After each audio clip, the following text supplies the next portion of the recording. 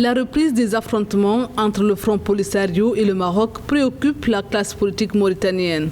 À juste titre d'ailleurs en raison de la proximité du pays qui fait frontière avec le Sahara occidental et le Maroc. Le secrétaire général du parti au pouvoir invite donc les partis en conflit à l'arrêt des hostilités pour préserver la paix dans la région. Nous, au niveau de l'UPR, tenant compte un peu de notre proximité avec les citoyens des deux partis en conflit, on observe avec beaucoup d'inquiétude et beaucoup d'attention ce qui se passe et nous pensons que la sagesse va l'emporter.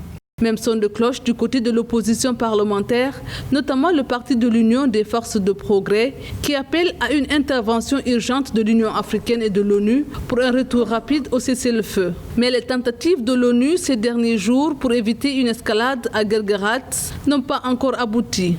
En quelques semaines du blocage du passage de Guerguerat, la Mauritanie a subi les conséquences. Et le plus visible de ces conséquences était une conséquence économique.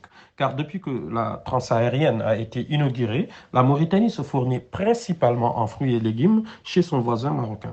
Et au-delà des conséquences économiques, aussi bien pour le Maroc que pour la Mauritanie, se posera les conséquences sociales et sécuritaires, surtout qu'on est dans un environnement confronté à plusieurs crises, dont la lutte contre le terrorisme au niveau du G5 Sahel, dans lequel la Mauritanie est impliquée. Donc la Mauritanie ne peut pas, devrait tout faire pour ne pas y avoir plusieurs fronts autour de son pays.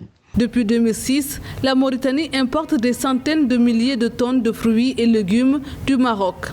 L'occupation par le Front Polisario du pont de passage de Guerguerat a entraîné l'arrêt de ces importations et une flambée sans précédent des prix sur les marchés.